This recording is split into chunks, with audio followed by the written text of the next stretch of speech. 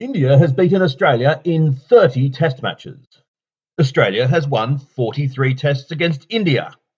Clearly, Australia is dominating, but this doesn't tell the full story, because India is starting to close the gap. Let's go back through history and divide India's 30 wins into 5 equal groups. Each group will consist of 6 test wins over Australia. If we look at how many wins Australia had over India in each period, we'll get a sense of the rise of India as a test match power. India's first 6 test match wins against Australia took a long time. In the same period, Australia had 19 test wins over India.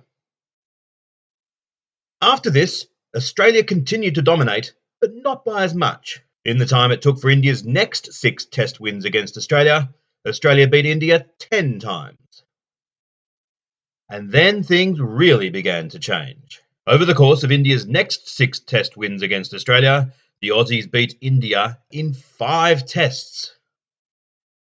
And in the time it took for India to beat Australia a further 6 times, Australia only beat India 4 times.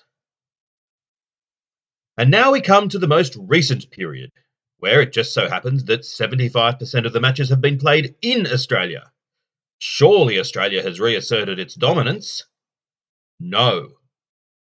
During the period that India has won its last 6 tests against Australia, the Aussies have won just 5. So what does the future hold?